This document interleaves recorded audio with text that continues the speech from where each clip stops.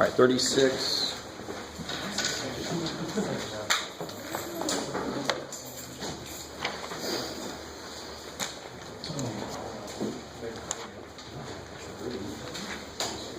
Oh, all right. So I got to be careful. I don't really want to do this problem because it's like the one squeeze theorem problem I've given you. It's more safe, though. So 36, I'll talk about the first couple steps. Is that fine? All right.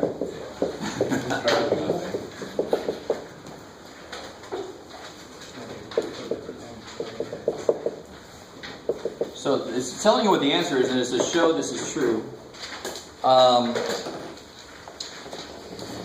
So obviously,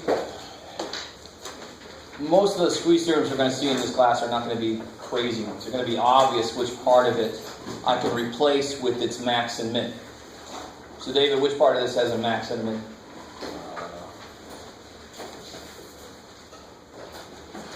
Which function in there is bounded? Sine. So what freaks people out is you pay too much attention to what's going on in here. I barely care, because the sine, no matter what's going on inside of it, that cannot affect its amplitude. The only way to affect its amplitude, its outputs, are to have something out here, right?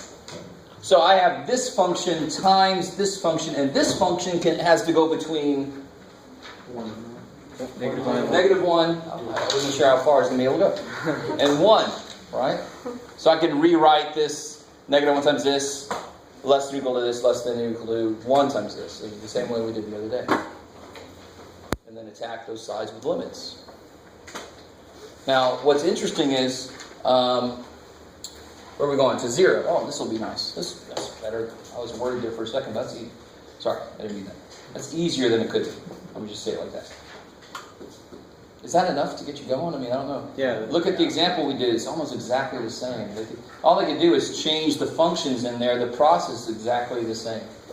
Right? But like I said, they could make it more interesting. Put like arctangent and let it go to infinity or something. Make it more interesting. But, or not infinity, but arctangent of pi over x and let it go to 0. That would be interesting. Different question. Okay. All right. It backtracks to number 10. It says, what's wrong with the equation? And Oh, that's one of my favorite questions. All right. Let's see. This is getting at the heart of the idea of limit. Look at that. That's the crazy person. Just keeps doing the same thing. All right, one of these is going to work.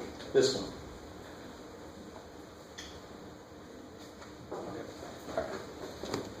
So just so we can all see this, in case you don't have a book. Yeah.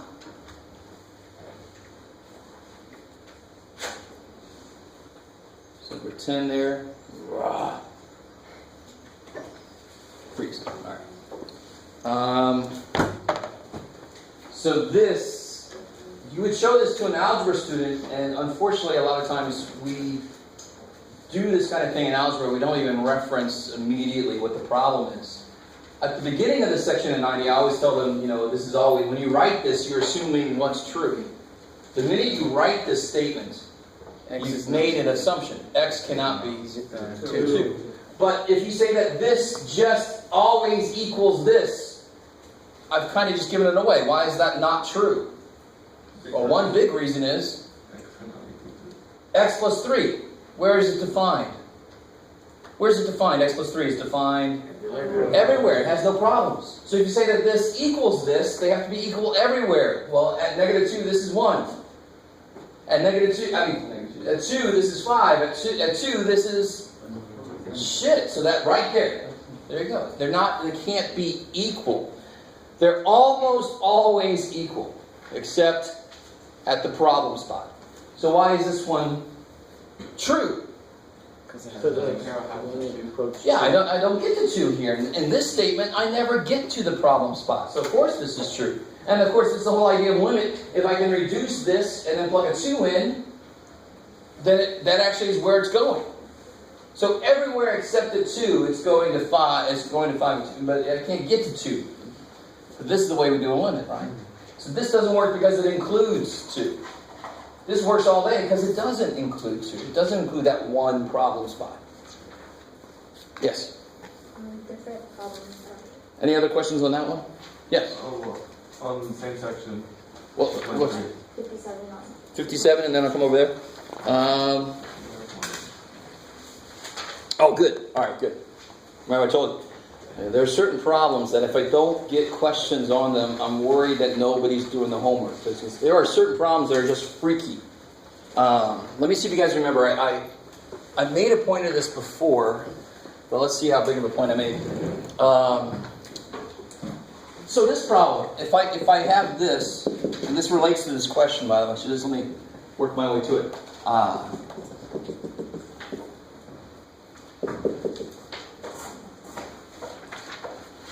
So let me do this.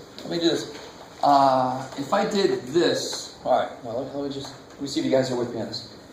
That one thing makes it not indeterminate. So let me write both of these down. So here's the problem itself. So at 2, I pretty much just said it what it is, but what is that called? Indeterminate, because why? 0, 0. It's in the form 0 over 0. Never say equals 0 over 0. That doesn't make any sense. You can say that's the form of it, but you can't say it equals. It equals this undefined thing. Oh, that's nice. Then you can't say that. So what about if I did this? I don't know, Jeff. It's going to infinity. Exactly, right? The bottom is 0, and I'm going to say equal, well, sort of. It's going to.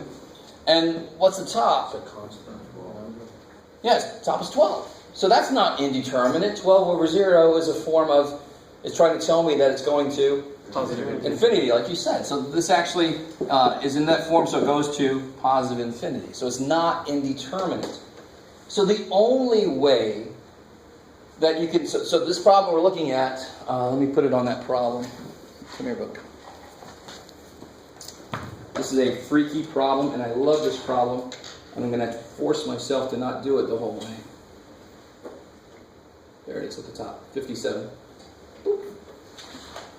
I really want you to see. If the bottom is 0, the answer will always be some kind of infinity, unless the top is also 0 at that point. Because then the reasons they're 0 have to be related. You say, so why is this 0? Because it's x minus frickin' 2, which is the root that relates to the 0 of 2. Which must mean this guy must have that in it. And that's, of course, we would factor this and kill it, right? You guys with me? Yeah. We would factor it and kill the problem. So you're saying for the first one that it would just be left as indeterminate? Or? No. It is in indeterminate form, which means I can try algebraic manipulation, right? If it's 0 over 0, I can try. Why can't... It's kind of silly. I wouldn't say I can't do that here. I would just say I don't have to, because it's not indeterminate. I can determine the answer. But if it is indeterminate, I can use algebraic manipulation, you see. And that's where we would factor the top. And see that the problems cancel. So the top went to 0 at the same place that the bottom went to 0. So what happens most often is the reasons they do that are related. So somehow they'll cancel, or through some multiply with conjugate, and then eventually it'll cancel. You got it with me? So in this, yes. Oh, well, I graphed that x squared plus x plus 6. Over, Oh, this one, yeah. Yeah, but it's not going to positive. I'm gonna be careful because this the top is positive on both sides. This it'll probably be like does not exist because it's going down and up or something, right? Down and up. Well, it's just going down. But maybe the window's not big enough. Maybe. Yeah. So how do you determine? Oh, you're probably not capturing the other piece. It's probably too high up or something. From below 2, this would be negative, and from above 2, this would be positive. All right. So that's how you know when it's positive and negative infinity, or? You have to think about all the terms leading up to 2 from both sides. Or if they're always negative on one side, it's going to negative infinity. And if it's always positive, it's going to positive infinity on the other side. Good. Well, that's all right. That wasn't my point there. The only way that the limit, if the bottom is 0, the only way the limit could be something other than infinity or not existing in some other way is if the top is also 0 at that point. Now watch, that immediately tells you the answer to this question. Think about it for a second. Do you understand what I just said? Does it make sense? The only way the limit of an expression like this, of a ratio like this, where the bottom is 0 here, the only way it could be something other than infinity or does not exist, is if the top is also 0 at that same location. Right? So the bottom is what there, number 57, at the location we were interested in? 0. But the limit is 10. So I'm in this situation where the top must... The only way it could not be infinity as an output or does not exist is if the top is... 8. Why did this one work and this one didn't? Because at 2, this is 0. So, if the bottom's 0, the only way the answer could be 10 and not infinity or does not exist is if the top is also 0 at 1. Cool. Think about what I'm saying. And that's all I'm going to say, by the way, for right now. So I have a feeling that some of you guys have not tried this problem. Maybe that word should be most of you haven't tried this problem yet. So I'm going to let that happen before I say any more. All right. Chew on that. Yes, sir. Could you do either 59 or 61? Whichever one you find.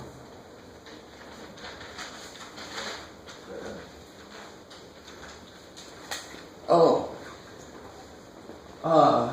So yeah, I didn't assign 60, right? Yeah. I did? So were you able to do 60? Oh, okay. 60 and 61 are almost the same. Multiplication is harder than addition, so you could do 61, I could probably do the other one. No, actually, once I do 1, the door opens, your mind goes, oh, I can do that? So it's almost kind of silly. The answer is, once you see it, you got it. So it's kind of, it's one of those things that they teach you either wait for the click to happen or you make the click happen. So on, it doesn't matter which one we do. Look at number 60. I'll do 60. So I want a situation where the function f does not exist at a, and the limit of f does not exist at a, and the limit of g does not exist at a. Right? I've hidden math here again. Oh, look at that. We're going to do that later. That's neat. Show off with the good writing and shit. All right. You guys are like, oh man, that could be us. Let's see. All right. So I want the sum of these to somehow exist, while individually each one does not. So,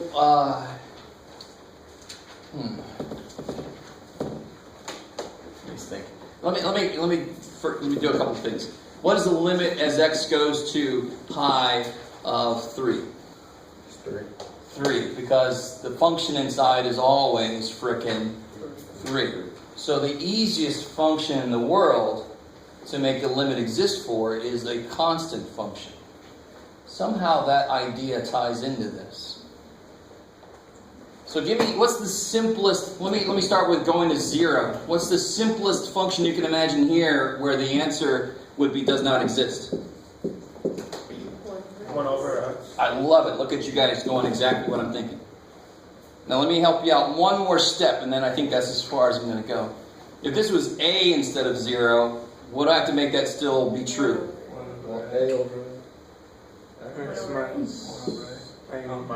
Minus a. like There, see? That's all. When it's x, you make x 0 to make the bottom 0. If it's x minus a, you make x a to make the bottom 0. Ooh. So I just have to shift it over a little bit, right? So I'll tell you this much. I'll say that this function is one of your f or g. Don't say anything out loud, because it shouldn't be too long after that you realize what g has to be. Combining it with what I said up here, the limit of a constant exists. It's the simplest way to make it exist. It's always 3. So what's the limit anywhere? 3. Hey, yes. If you combine those two things, this problem becomes very simple. Yes? can you just have the same equation? Don't say it. I think you got it, but I want to stop you before I even know if you got it, because if you got it, I don't want you to say it. Somehow that sentence made grammatical sense. All right. Okay, anything else from homework? All right, good. let's do some, because today is the short day. Shit, time just goes.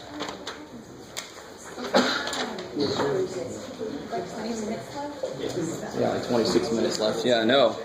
It's weird.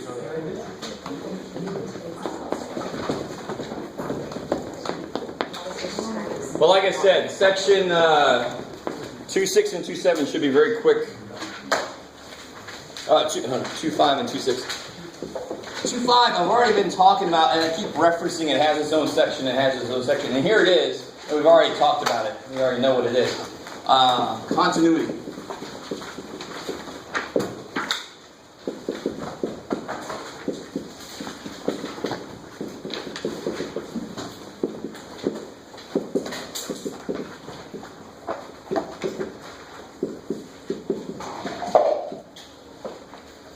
Well, that's to be true. Who remembers?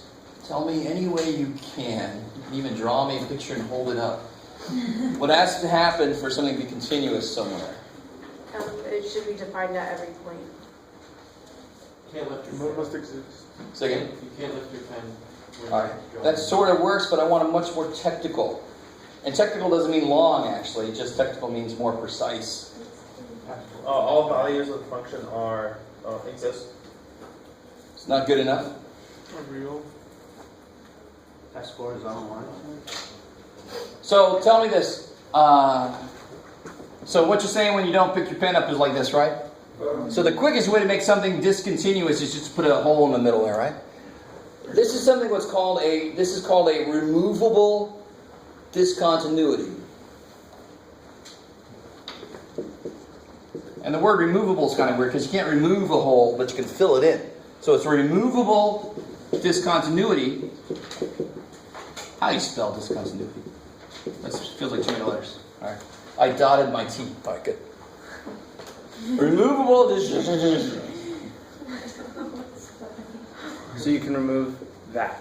By defining, so I can define f to be, let's say this is g of x everywhere except a. And let's say this is a here, right? I'll say a function is g of x everywhere except at a, and what is it at a? It's this value, whatever that is. So you're assigning value. So I fill that hole in. So that's why it's called a removable discount. We can remove the problem by defining the value to fill that hole in. So if I define the value to be here, I missed. Shit, there's still a discontinuity there. So if I define it to be there, let's call this B. So if I fill that hole in, now it's continuous through there. So let's back up. Before I filled it in, did the limit exist there? Yes. Yes. Of course it did. Of course it did, because the limit never even realizes there's a hole there, because it doesn't get there to see it. Do you see that hole? No. It's because it doesn't get there, right? But continuity requires me to be able to go across that, and limits don't. Limits can't. So not only does the limit have to exist, not only does the limit have to exist, but it must, what else must be true? What must f of a be? In this case it must be b, but f of a has to equal that. Limit. So if I made f of a equal this, that's no good, it's not continuous. But if f of a equals the limit, if it actually, and I remember what I said this exact thing, if it gets to where it looks like it's going, that's continuous. That is the highly untechnical, but actually still pretty precise definition. Right? If it gets to where it looks like it's going, it's continuous at that point. If the removable discontinuity is equivalent to the limit. No. If the value you assign to it is equivalent to the limit. Yes. So I can actually say everything I just said. I can say everything I just said like that. Yes, ma'am. On the test, do you want symbolic notation only, or can you actually explain it in words? Depends on how I ask it. Okay. So it'll be clear in the question what I want. Okay. Yeah. And I normally don't make you define things, but you have to use things that shows me you understand. So really what this does, it captures several things. It captures that the limit exists. at A. It captures that f of A is defined. And it captures finally, I see exactly what it says. F of A is defined, the limit exists, and the two are equal to each other. So that one statement actually captures all three of those things. Okay. And we've talked about this before. That's why I felt like this shouldn't be too crazy. If it gets to where it's going, that's continuous. It just goes right through. Doesn't even realize there was ever a problem. Yes, sir. So for an equation that doesn't have a problem, but they put a limit on it, let's say like x plus 3, and the limit is as x approaches 3, so that'll be continuous because you can plug in that value in. Sure. In fact, if I just put that, will this always have a finite answer? Yes. Cool. You guys with me? Because I'm assuming A to be finite itself. The A won't be infinity. Because if I go to infinity, the output's going to be freaking infinity. You guys kind of with me? So you can have a function that is continuous everywhere, which means at any specific point A, the limit equals the function value there. So we have a whole class. In fact, let me just jump to the conclusion. If you look on, if you have your book, page 123, Theorem 7. And I've already said some of this to you. Let me put it up here in case you don't have it. Put this up here for the bookless amongst us. Whoa.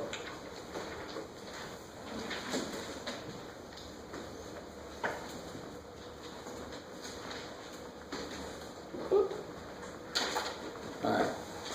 So polynomials, that's what we made this name up for. Because if I say I've got a polynomial, another mathematician goes, oh, you got a very nice, well-behaved function, right? Smooth, it's continuous everywhere, it's crazy. Rational functions, now notice the way they say this, are continuous at every number in their domain. So what is it about rational functions that seems that they shouldn't belong here, except for the way they worded that?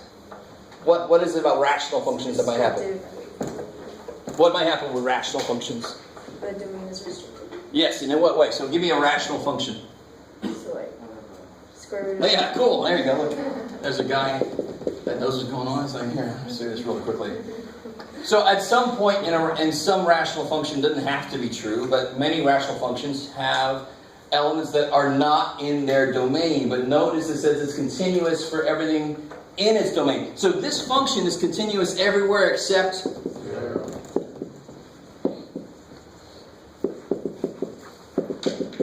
And I know that's true because that's what that thing says. And it kind of makes sense when you graph this thing. When you graph it, it's like that. Every point I might want to pick, it certainly is continuous, right? It's only at 0 that it freaks out. Okay, maybe. And then we sort of, with the limit properties we talked about before, we talked about root functions. They have a square root that could bring the limit inside. But now, and I think I said this before, but just to make it clear, if I have the limit as x goes to a of some function, and this function is continuous near a, I think there's a theorem in here somewhere, but at the moment I can't remember which one, so I'm just going to tell you. Let me stop there for a second. All right, so the function is continuous near a. I don't care what it does far away from a. And the idea of near, we won't bring epsilon delta into work, but near we kind of know what it means. It's just a little neighborhood around a. So it's continuous near a. What do you think I can do to figure this out? Plug it in. Yeah, bam. And do you see how this is exactly the statement that says it's continuous? So if I have a continuous function, then I'm near this value, I'm allowed to just plug it in. And we've actually already done that. We've already done it, right? What's the limit as x goes to 1 of x squared plus 1? 2. What'd you do? You didn't have to say, well, let me see, that is a continuous function everywhere in its domain. Its domain is all real numbers. That is a real number when I can play. No, you just went 1 plus 1 is 2. But we actually are applying this theorem. That's a polynomial function. It's continuous everywhere. So if I have a limit, I can just plug it in. So yes. That's why when we want to do this, who cares? There we go. I can't just plug it in and actually get something that means anything, because 1 is even more in terms of this statement. 1 is it Not part of the main. yes, 1 is not in this guy's domain, so I'm not allowed to just plug 1 in. I have to do something first. How we doing? We all right? Okay, good. All comes together, right? Hopefully, all right. There's not much new stuff in this section, but there is. Here's one big thing we got to talk about. And let's see, become unfrozen. So the bottom of page 125. There's no way I can get any higher next to it. I was going to say where F not equal A, freeze. Suppose F is continuous. Now let's draw a picture, because if you just read through this, you'll read through it again, and then you go, what? So let's try to draw what it's saying as it's saying it. This is the intermediate value theorem.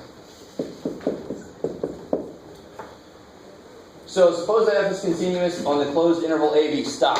Can I draw so far something? What can I draw?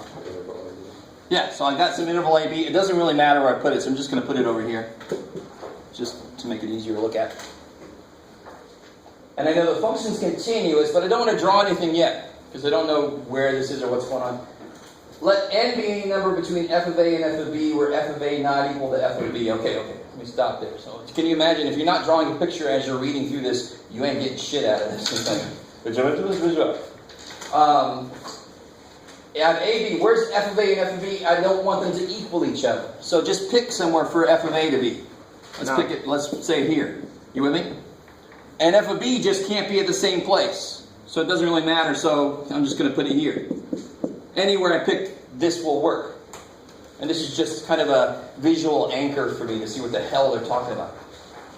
So here's f of a. Here's f of b. It's continuous.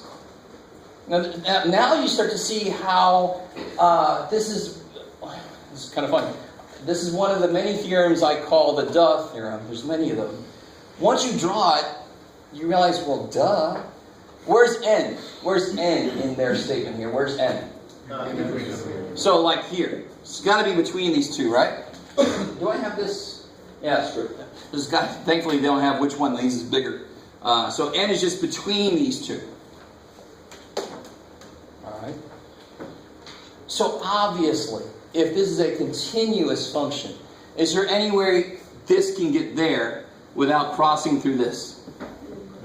So at some point, and they call it C, right? Yes. At some C, it must equal that. For any number between. Obviously, if it's continuous, it's going to take on every value from f of a to f of b as it goes. Right? Does that make sense? It makes too much sense now. It's like, well, is that what it says? Yeah. Okay, maybe. Is it really, real quick. Whatever I do, it's got to be quick. There was an old riddle about this guy starts at 7 a.m. in the morning. Stay with me now. And he climbs up this mountain, and he gets to the top at 7 p.m. Then the next morning, he walks down the mountain. Can you prove that there's a position on the mountain where he's going to cross at the exact same time he was there the day before?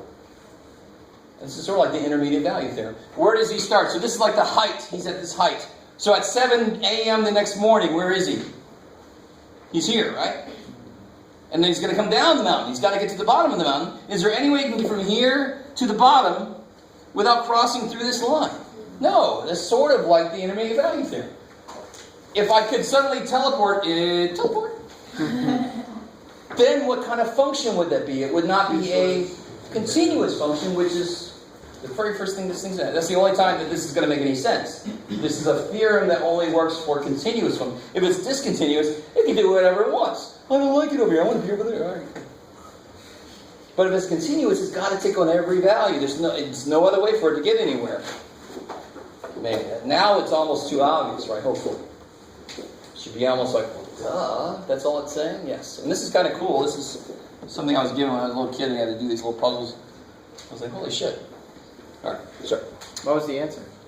Or was It doesn't, all you gotta do is, arbitrary? you don't know where. It depends on how, so he could go really slow and then just start falling down. Or he can go really fast and go, okay.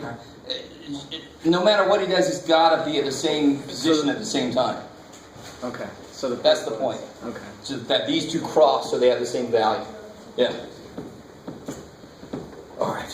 Whew. Let me see. How are we doing so far? This section should not, if you understand the sections before this, I'm not even including 2-4 in this, right? If you understand 2-1 through 2-3, 2-4 is epsilon delta, by the way. This section should be remarkably easy. So a couple things. I think there's a couple, I talked about removable discontinuity. Let me show you a picture to go along with what I'm about to say. That's the easiest one to look at here.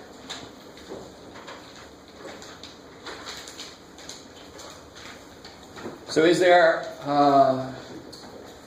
a good one? Let's see.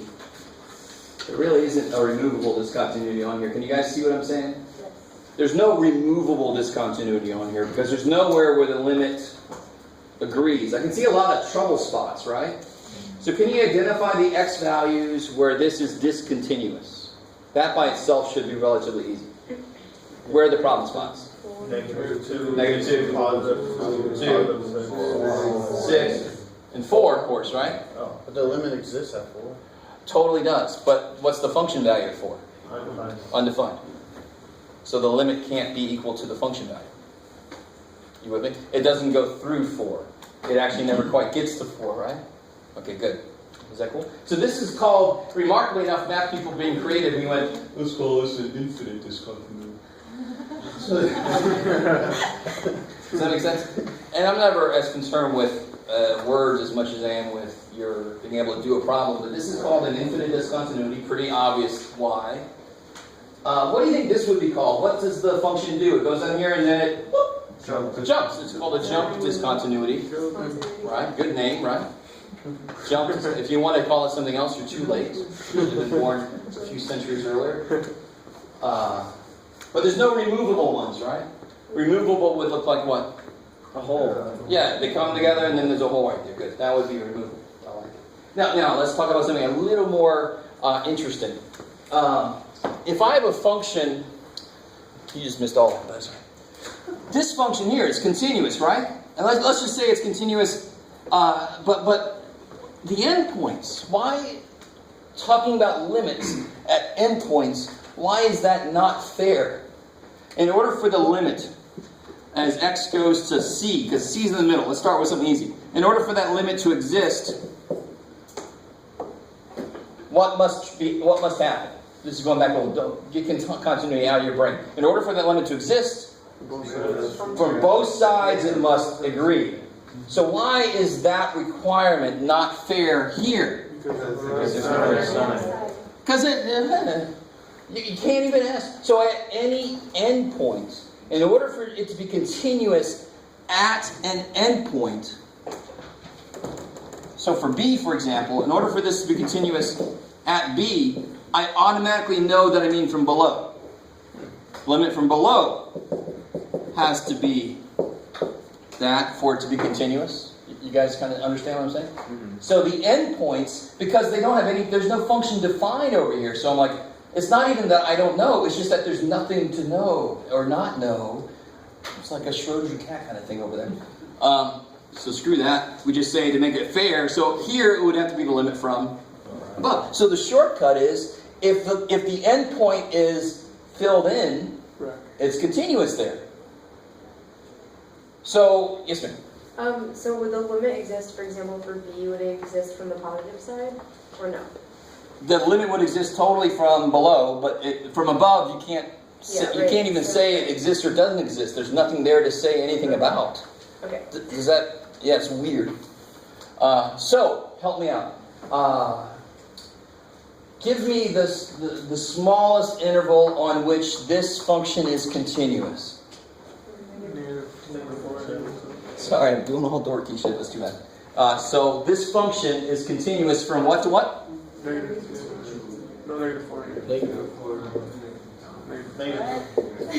That's awesome. I think, right? I mean, that's a little snippet there. That's not good enough, though.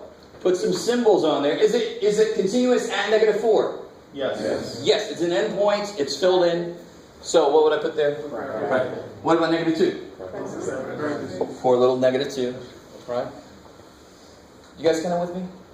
Where's another? What's the next interval it's continuous on? -2. I just gave you this answer, right? And what's on 2? So Parenthesis. Or where else? to the Yeah, what's on 2? I gotta be careful. 2 to 4, Yeah, 2 has a bracket. I like it. and then over the Parenthesis, good. Or 4 to and 4's got a parenthesis on it, right? Yeah. And what's 6 got on it? Parenthesis. Or good lord. I already gave it away. Parenthesis. 8's got a parenthesis. All right, good. So endpoints are easy. They almost have to be, because in order to be fair, I can only look from one direction, and then I can just say, well, it's just got to be filled in there. Does that make sense? Is that cool? If it's filled in, it's continuous there. That's all it needs. Good. I like it. All right. So that's not too bad. The idea of continuity is not that much. It's just a few things combined from what we struggled through earlier. And if you struggle to the point where you kind of understand it, this section should be quick.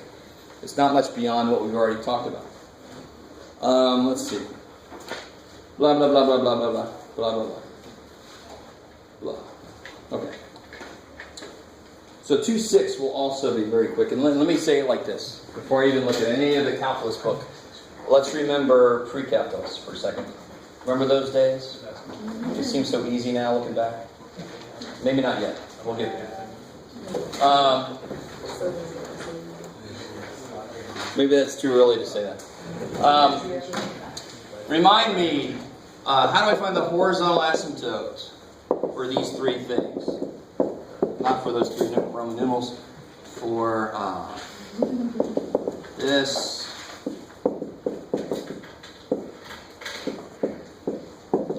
that,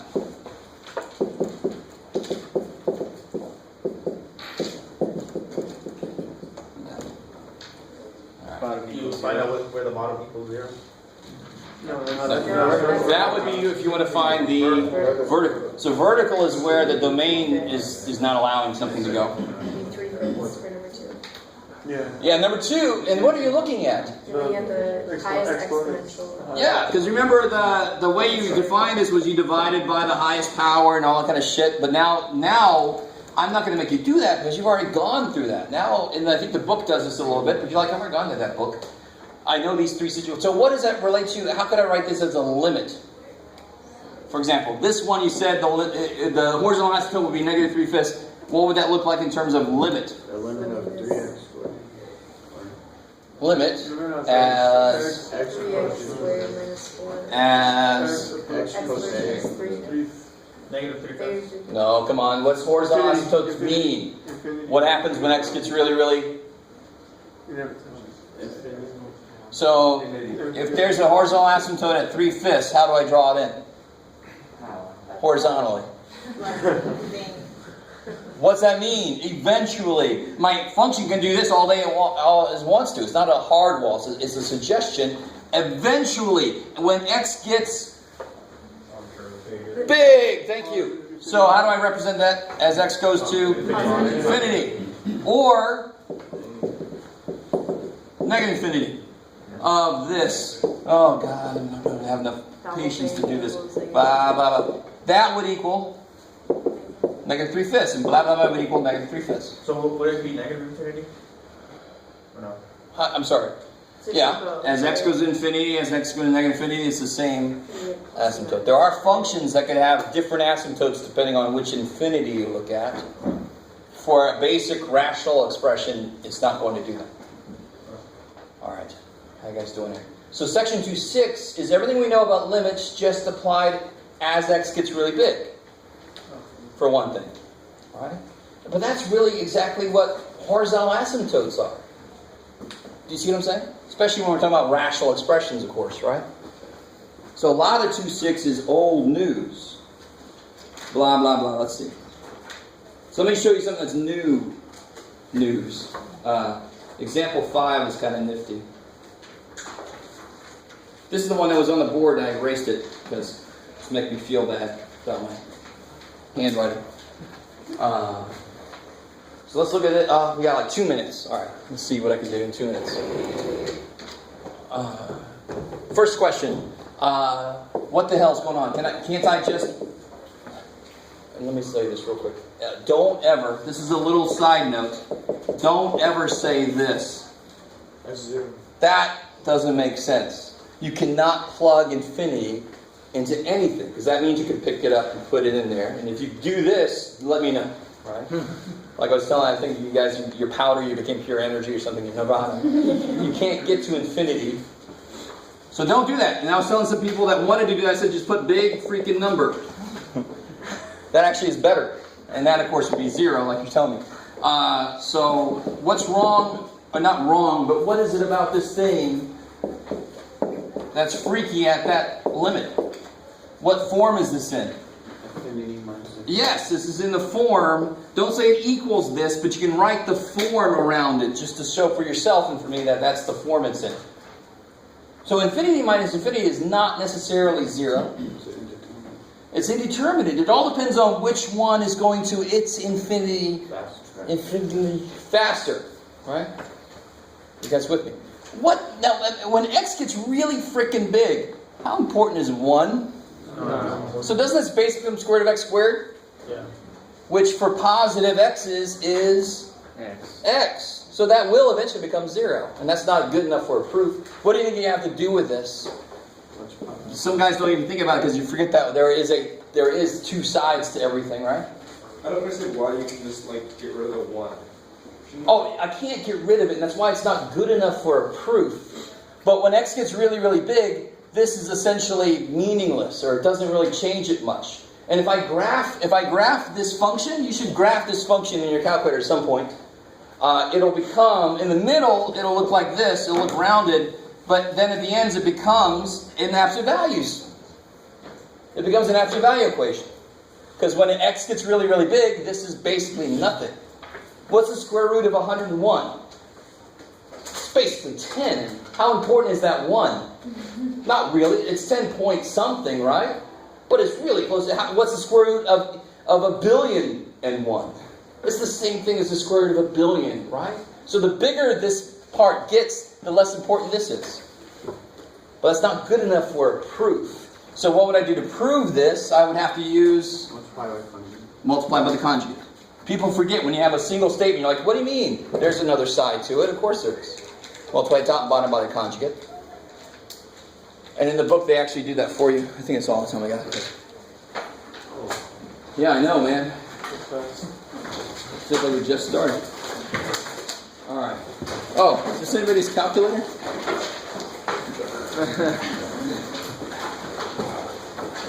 Oh yeah, my book stand.